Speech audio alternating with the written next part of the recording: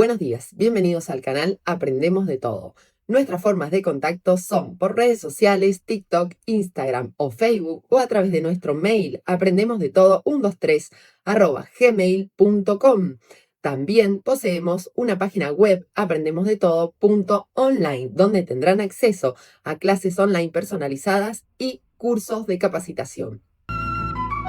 Hablábamos de la Ley Federal de Educación y de los contenidos básicos comunes, de los cambios que se hacen en este sentido. ¿Aportan? ¿No aportan? Ahí es un debate muy grande. En realidad, la ley federal es muy importante en muchas cosas. Primero por las modificaciones, pero es la primera vez, y no es un dato menor, que la Argentina tiene una ley general de educación. Digamos, en 1853 los constituyentes habían dicho, díctese una ley general de educación, y esto se cumplió. Por primera vez hubo proyectos, pero se cumple por primera vez en 1993, 140 años más tarde. ¿Cuál es la paradoja? Que los constituyentes del 53 dijeron, díctese una ley para que haya escuela pública, y la ley lo que dijo que no hubiera más. Pero, digo, esta sería la crítica. Bueno, fue la etapa de expansión de la escuela privada, ¿no? Es donde termina de consolidarse la idea de la escuela privada, donde desaparece la idea de escuela privada, como lo entendimos previamente, lo privado y lo público para el modelo neoliberal, dejan de ser siempre un problema de cómo se gestionan. Para el modelo neoliberal, toda escuela pública, toda escuela es pública. ¿Y por qué toda escuela pública? Porque puede ser elegida por cualquiera. Lo público, para el neoliberalismo, tiene que ver con el consumo. Digamos, cualquiera puede elegirla. Digamos, lo público es que nadie está impedido a elegirla. Digamos, es un problema de elecciones de sujetos. Entonces, todas las escuelas son públicas, porque puedo poner. Ahora, hay algunas que se gestionan las gestiona el Estado y otras las gestiona el privado. O sea, es un problema exclusivamente, no es un problema político, no es un problema vinculado a derechos, tiene que ver con un problema exclusivamente organizacional. Obviamente la ley federal plantea esto. Todas las escuelas son públicas, hay de distintos tipos de gestión, es un problema simplemente administrativo, no político. Sí, y también se plantea ahí que podemos prescindir de las escuelas técnicas, dado el proyecto de país. Sí, exactamente, porque en realidad es la subordinación del sistema educativo al mercado laboral, un mercado laboral que se estrechaba, que se tercerizaba excesivamente, y donde lo que sí hace esta cuestión es retoma una vieja línea también, que es la vinculación de la educación con el trabajo debe limitarse a la formación para el empleo concreto. Digamos, la compleja categoría trabajo, que es una categoría con un vuelo, con un nivel de reflexión impresionante, para el neoliberalismo el trabajo es el empleo. Hay que formar gente para el empleo, en un mercado flexible, dinámico, móvil, ¿no? Que ocultaba formas de espantosas. Pero ahí sí, entonces las escuelas técnicas no servían, porque había que formar gente que lo que aceptara eran condiciones laborales de explotación, de sobreexplotación, ¿no? Ahora, ¿qué aportaron los contenidos básicos comunes y toda la elaboración que se hizo de las diferentes disciplinas? Eso es interesante, digamos. Los contenidos básicos comunes se basan en una buena cantidad de investigaciones en la década del 80, que lo que planteaban que el gran problema de la escuela era su currículum ausente y no su currículum oculto. En los 70 el gran problema de la escuela era el currículum oculto, era lo que la escuela enseñaba sin decir que enseñaba. En los 80 las investigaciones dicen, no, el problema no es el currículum oculto, es el currículum ausente, el problema es lo que la escuela no enseña, y una buena cantidad de investigaciones demuestran que los contenidos, los saberes que la escuela impartía eran, al menos en términos científicos, obsoletos, viejos, caducos. No se enseñaba la historia del siglo XX, la física que se enseñaba con suerte llegaba a Newton, en literatura no se leía nada que no fuera el canon clásico más clásico de todos los clásicos, etcétera, etcétera. Entonces, hay una idea de que se deben actualizar los contenidos. Actualizar es poner a los contenidos escolares los más cercanos a los científicos. Ahí está muy de moda la teoría de Chevalard, la transposición didáctica, todo, educar era simplemente transponer didácticamente, aplicar Chervel, uno de los más duros críticos de Chevalard, plantea, bueno, digamos, la escuela se volvió en aquellos años un proceso de lubricación de contenidos para que ingresen a las aulas, obviamente en una posición muy crítica a Chevalard, pero bueno, con esto está bueno, entonces hay que hacer contenidos nuevos. Estos van a ser los CBC. Ahora, dentro de los CBC, ¿vos crees que fue un aporte importante incluir formación ética y ciudadana? Porque veníamos de aquella instrucción cívica. Ahí hay un debate fuerte. Por un lado, yo creo que los CBC de los 90 sí fueron eficaces en lo que se propuso, que no es un dato menor, que era efectivamente actualizar los contenidos respecto a los parámetros científicos. Por ejemplo, en lengua y literatura ingresó el estudio de la lengua oral, en historia avanzó sobre el siglo XX, fue efectivo. Ahora, un problema ideológico. Digamos, originariamente el dispositivo de que la voz autorizada la tienen los científicos, y hubo un trabajo muy duro en el ministerio de convocar a los mejores científicos, finalmente, cuando la primera versión de los CBC con sus problemas salió y después fue modificada porque no respondía ideológicamente, claramente por la presión de la Iglesia Católica, que digamos logra modificar los contenidos y todas las ideas de hablar de modelos de familias, de hablar de género, de plantear la evolución como la única forma explicativa posible del desarrollo, de la creación la creación del mundo. Y los textos escolares van reflejando todo esto. Y los textos que lo acompañan. Digamos, en algún lado, cuando hace muchos años, primero los CBC los evaluaba una colega interesantemente como, bueno, el modelo que apareció es la familia católica con computadoras. Sí, obviamente las computadoras aparecen la modernización, los nuevos saberes, pero el modelo societal que terminan consolidando los CBC es un modelo muy tradicional.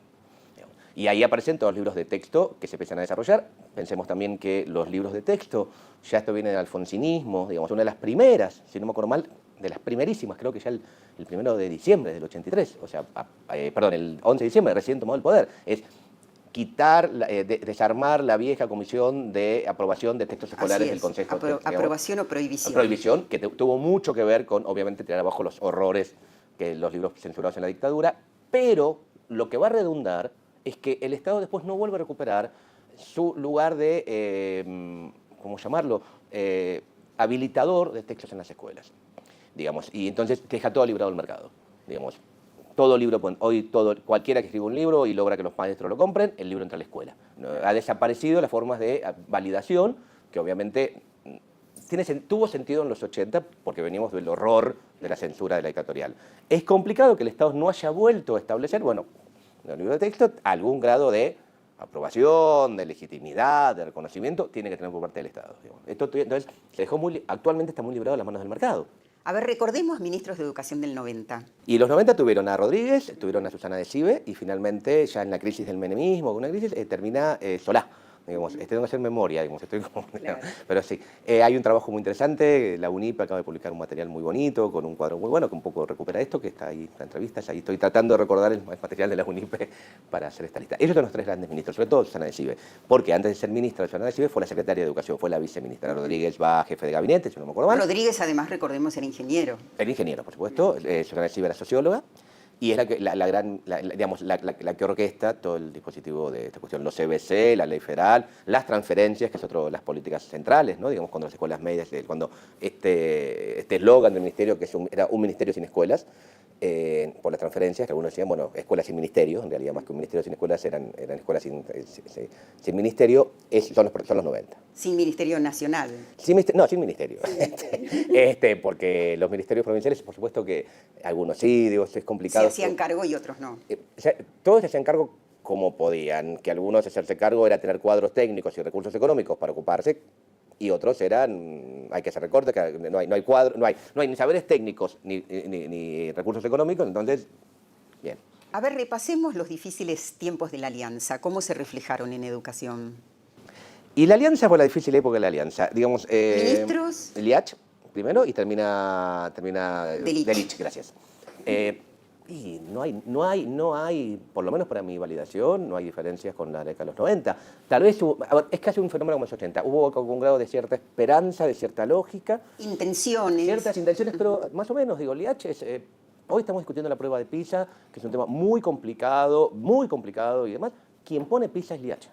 Digamos, paradójicamente, si ustedes quieren, la nueva forma, recién yo estaba hablando del Banco Mundial. Hoy, el lugar que el Banco Mundial a nivel educativo tuvo en los 80, hoy lo ocupa la OCDE con PISA. Sí. Digamos, hoy puede ver que las formas en las cuales los poderes centrales controlan o buscan controlar las políticas educativas de los países es mediante este supuesto dispositivo de evaluación de la calidad que hoy estamos debatiendo y que yo, supuestamente experto en estos temas, no termino de entender qué quiere decir que subimos o bajamos en el ranking, o qué quiere decir que estamos arriba de Turquía o abajo de esta. No termino de entender. ¿Qué nos aporta? ¿Qué quiere decir? Sí, claro. O sea, ¿cuál es la información? No me queda claro si estoy mirando ya el fixture del Mundial Brasil o una cuestión educativa. No termino de entender. Y cuando entiendo lo que entiendo me molesta mucho. La Alianza triunfa en las elecciones nacionales y el 24 de octubre de 1999, Fernando de la Rúa es elegido presidente. Desde el comienzo de su mandato, de la Rúa se muestra incapaz de solucionar el complejo cuadro de situación que le tocó heredar. Claro, la crisis de la Alianza, el 2001, las escuelas convirtiéndose prácticamente solo en comedores. En comedores de lo que se puede de comer. Digamos, las escuelas eran en aquellos años, hay investigaciones interesantes, hay que trabajarlo mucho más, porque está muy fresco, hay muchos registros y hay que recuperar la experiencia de la gente, experiencia que se va cambiando, ¿no? Uno puede ver cómo recordar hoy el 2001, ya hay una década que lo modificó. Hay un trabajo muy lindo de SUTEBA del 2002, se llama Caminar rompiendo esquemas, donde ellos recuperan 4 experiencias concretas de maestros trabajando en el conurbano, haciendo cosas distintas en sectores muy empobrecidos. Es un video que yo sigo trabajando en clase y cada vez que lo miro me doy cuenta que era tan 2002, que todo cambió mucho todo, que la verdad uno puede ver, es como mirar Luna de Avellaneda, ¿no? Bueno, no, ya no, aquella, digamos, uno puede ver que esta década, por lo menos las cosas ahí se movieron. Recuerdo que los maestros rosarinos comentaban que los chicos de lo único que hablaban en la escuela era de la desocupación de sus padres, y en la puerta de la escuela por primera vez había padres, hombres, ¿no? No estaban las mamás. Estaban los padres, en el mejor de los casos. Digamos, sí, las madres eran las que podían mantener, porque había una cuestión de trabajo doméstico o de formas de explotación femenina. Siempre fue más fácil para la sociedad explotar a las mujeres que a los hombres. Entonces, pocos puestos de trabajo eran dados a quienes le pagaban. Volvimos al modelo del Manchester de 1790. Pero en esa crisis las escuelas son como el último refugio de algo parecido a lo colectivo, a lo comunitario, a lo estatal. Es el lugar donde algo vinculado a la posición de derechos funciona, sobre todo, más que por las políticas educativas, por los sujetos concretos que habitamos las escuelas, específicamente maestros y profesores. Las escuelas se vuelven comederos, se vuelven espacios sanitarios, se ponen en un lugar donde podemos ir a frenar un poco el horror. Yo me acuerdo que daba clase en aquellos años en la Universidad de Luján, en San Miguel, o sea, una zona muy golpeada, más allá que fueran estudiantes universitarios que hablan de cierto lugar, cierto nivel de inscripción social, eran grupos vulnerables, que lo que pedían es, no, da clase. No queremos hablar de lo que está pasando, en el sentido de que precisamos un lugar donde podamos suspender un poquito el horror de lo que está pasando fuera. Pedían, era muy interesante, era una demanda muy legítima. Acá tiene que pasar otra cosa, una cierta esperanza de que acá tiene y puede pasar algo distinto que el horror externo. Eso fueron en el 2001, 2002, 2003, ¿no? Postales de la crisis del 2001, los roles en la familia que se invierten, los padres varones, esta vez más en sus casas, sin trabajo, con más presencia en las escuelas. Postales de la crisis del 2001, las escuelas técnicas desdibujadas en un país sin proyecto de desarrollo industrial. Para la libertad se esconde el sol, donde exista una canción. Búsquenme a orillas del mar. Bueno, ingresamos en los últimos 10 años. Para algunos es una década ganada, para otros es una década perdida. Para todos es una década inolvidable. Es una década que dejó marca, digamos, en todo caso. Ya no es un dato menor, no es como... Algo pasó. No pasó desapercibido. Exactamente, algo pasó. Ahí lo que uno puede ver que a nivel educativo hay una primera estrategia que usó el kirchnerismo, que usó otras veces, y sobre todo en la gestión de Néstor y de Daniel Filmus, que es pensar la ley educativa como una forma de cambiar la educación. De hecho, creo que es el momento histórico donde más leyes educativas se sancionan. La Ley Nacional de Educación. La ley de educación es como la ley de educación nacional. La ley de educación nacional. La ley de financiamiento educativo. La ley de 180 días de clase. Sí. La ley de obligatoriedad de la escuela media. No, eso no es una ley, eso está dentro de la ley federal. La ley de igualdad de educación sexual integral. La ley de educación técnica, y me estoy olvidando una, pero son 6 leyes. O sea, por un lado, sobre todo en la gestión de Daniel Filmus y Néstor Kirchner, se apuesta a la ley como una forma de cambiar políticas educativas, este conjunto de leyes. Digamos, que son muy importantes. La ley de educación, la ley de educación nacional es la segunda ley que tiene el país a nivel general, y digamos, viene después la ley federal. Digamos, tuvimos que esperar 140 años para que hubiera una primera ley, y después solo en 13 años pudimos tener una nueva, lo cual está muy bueno. Todos los habitantes de nuestra patria deben tener garantizado su derecho a acceder a una educación de alta calidad. Esta es una prioridad central. Deben contar con esa garantía, independientemente de su origen social y de su lugar de nacimiento. La universidad y el sistema científico-tecnológico tienen que comprometerse fuertemente con el modelo de desarrollo emprendido. Si una parte importante de nuestros niños y jóvenes continúan marginados de las escuelas o de los conocimientos, será imposible contar con una sociedad sin excluidos y sólidamente integrada en torno a valores comunes que constituyen nuestra nacionalidad. La recuperación de la educación es instrumento principal para recuperar la pérdida de movilidad social ascendente. Los atributos que deben decidir el horizonte vital de nuestros niños y jóvenes deben vincularse al estudio, la dedicación y el esfuerzo. En un país con tanta desigualdad, el futuro no puede estar condicionado por la situación social de origen. En un marco de respeto por el federalismo, queremos superar la crisis de la educación argentina, dar cobertura a los sectores más necesitados, superar los problemas de calidad, de desigualdad, de integración y falta de homogeneidad, para que entre todas las jurisdicciones construyamos un sistema educativo nacional de alta calidad. Con la construcción de 700 nuevas escuelas, hemos puesto en marcha un programa que supera lo hecho desde la segunda mitad del siglo pasado, con una distribución federal de la inversión y atendiendo las particularidades de cada región. Un programa nacional que atiende ahora a las 1000 escuelas más pobres, permitiendo que 500.000 de niños accedan a material didáctico, guardapolvos, libros, salud, mejor infraestructura edilicia y nuevas tecnologías educativas para mejorar la calidad de su educación. Pondremos en manos de los estudiantes de todo el país 3.500.000 libros, lo que duplicará el mercado de libros de texto. Estamos llevando lecturas a lugares no tradicionales.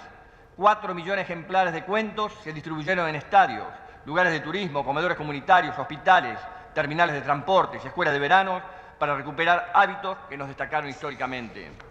Con la entrega de 350.000 becas de ayuda escolar, hemos aportado a que nuestros jóvenes y adolescentes continúen sus estudios, al tiempo que avanzamos hacia la mejora de la calidad y a una mejor articulación con las demandas del mundo laboral y de la universidad para evitar deserciones y fracasos. Las 1.500 becas para que los alumnos medios con mejores promedios puedan sostener estudios de profesorado indican que el Estado se interesa hoy por captar y atraer a la docencia a los mejores rendimientos educativos. Se trata también de recuperar la enseñanza técnica. Las 1.000 becas para estudiantes que quieran estudiar carreras estratégicas para el desarrollo nacional permitirán asociar universidades, estudio, producción y empresas que requieran conocimientos científicos y habrán de sumar esfuerzos hoy disgregados. Se ha establecido el mínimo de 180 días de clases para los establecimientos de todo el país, en un acuerdo firmado con el conjunto de las provincias para equilibrar las oportunidades, de modo que imperen los principios de igualdad y equidad en una educación pública que garantice una base de preparación de alumnos sin que importe la ubicación geográfica de su escuela. No son ya palabras, se trata de hechos. No podemos seguir perdiendo tiempo. Vamos a recuperar la dignidad y el prestigio social de nuestros docentes, que deben concebirse como los principales actores del cambio. Vamos a lograr frenar el drenaje al exterior de nuestros principales intelectuales y científicos. Tenemos que poder volver a estar orgullosos de nuestras escuelas, de nuestras universidades y de nuestros laboratorios de investigación. En ese campo se define el futuro de los hijos de todos. Bueno, es otra etapa en la relación con los sindicatos docentes, ¿no?, que tienen, por otra parte, una participación importante en la elaboración de la Ley Nacional de Educación. No, porque además hay un cambio en la visión oficial del lugar del trabajador docente. Voy de nuevo para atrás. En la década del 80, los problemas con los sindicatos eran que el gobierno radical no veía como los ojos a los sindicatos, ni a los maestros. ¿En qué sentido? Por un lado, eran supuestamente la forma del poder corporativo, el cual había que desarmar. O sea, el sindicalismo era asociado a cualquier forma de poder espurio, incorrecto, corrupto, patotero. Y por otro lado, paradójicamente, yo estaba planteando antes que el gran enemigo de la democracia era el autoritarismo. Y en ciertas posiciones oficiales de los 80, ¿dónde radicaba el autoritarismo? Era en el docente. Los docentes pasaban a ser los subversivos a ser los autoritarios en los discursos oficiales. Entonces, el menemismo lo va a considerar como el que se pone al campo. Recién, en el 2000, el kirchnerismo va a reconocer que el trabajador docente es alguien que tiene que hablar de política educativa. Es alguien que está autorizado a opinar y su voz es importante. No se hacen las políticas educativas contra los docentes, que más allá de cambiar las posiciones, es las lógicas que uno veía viendo hace como 30 años, sino que se hacen con los docentes. Ahí hay un cambio bien interesante. Bueno, el lema de la Ley de Educación Nacional es educación con inclusión social. Sí, efectivamente, por un lado, volver a pensar el Estado Nacional como el último garante responsable de la educación. No es que usted tiene derecho a educarse porque quiere, sino que en realidad el Estado debe garantizarlo. También los cambios de obligatoriedad. Hay un dato que a lo mejor no se sabe. No solo se incluyó la escuela secundaria, se incluyó la escuela secundaria. Antiguamente era obligatoria la escuela hasta tantos años. La ley 1420 dice hasta los 14. Si después de los 14, bueno, terminaste la escuela primaria, no es un problema nuestro. La ley de educación ahora dice la escuela secundaria es obligatoria. O sea, el Estado tiene que ocuparse de que vos la cumplas en cualquier momento y en cualquier momento de la vida. De ahí el Plan Fines, por ejemplo. El Plan Fines es un típico heredero de esto, digamos. Bueno, en realidad el Estado tiene que garantizar que todo el mundo termine la escuela secundaria, no importa por qué la dejó, porque no la terminó cuando debería haberlo hecho. Me llamo José, nunca he hecho la secundaria. Soy Jessy, tengo 20 años. Yo soy Cristina, la mamá de Jessy. Me llamo Ramón, tengo 6 hijos y soy albañil. Existe el artículo 14 de la Constitución Nacional donde dice que tengo derecho a enseñar y aprender. Y mi padre, cuando terminé la primaria, me dijo: ¿qué pensás hacer? ¿Trabajar o estudiar? En mi casa había que llevar para el fideo todos los días. Cuando le dije a mi mamá y papá que iba a dejar de estudiar, que no iba a dar la materia, ellos me dijeron: te vas a arrepentir. Y la verdad que sí, que me arrepentí. El artículo 46 de nuestra Ley de Educación Nacional dice que es obligatorio alfabetizarse y terminar la escuela primaria y secundaria. Tenés que estudiar. No hay otra. No hay otro camino. Se suma mi sindicato, la organización civil de mi barrio, se suman las empresas, las entidades religiosas, las entidades de formación laboral, todos para abrazar este plan. Mis hijos, mi nieto y mi barrio están orgullosos que yo vuelva a la escuela. Si terminaste de cursar el último año de la educación secundaria y adeudás materias, quieren ayudarte a que alcances tu título. Si apruebo todas las materias, recibo el título del Ministerio de Educación de mi jurisdicción. Yo necesito un título. Eso es mío, no es algo que no me lo va a sacar nadie. La única vez que me vas a ver llorar porque digo, lo logré, ¿viste? Obtener el título te ayuda a cambiar la situación laboral, pero sobre todo te va a ayudar a mejorar tu autoestima. Y si cada uno está mejor, el país va a estar mejor. Argentina progresa si Argentina somos todos. Y también la asignación universal por hijo. Exactamente, para permitir la idea de que quien debe ir a la escuela vaya a la escuela. Tenés esas medidas, tenés todas las lógicas, tenés una nueva campaña de alfabetización. El problema de alfabetización en Argentina ya es un problema menor, pero no es menor, digamos. Es muy menor en relación a otros países. A otros países, Sí, sin duda, sí. pero no, la alfabetización es como toda política pública, es como el problema de las dietas. Cuando uno está a dieta, los primeros 10 kilos es fácil bajarlos, los 2 que quedan son tremendos.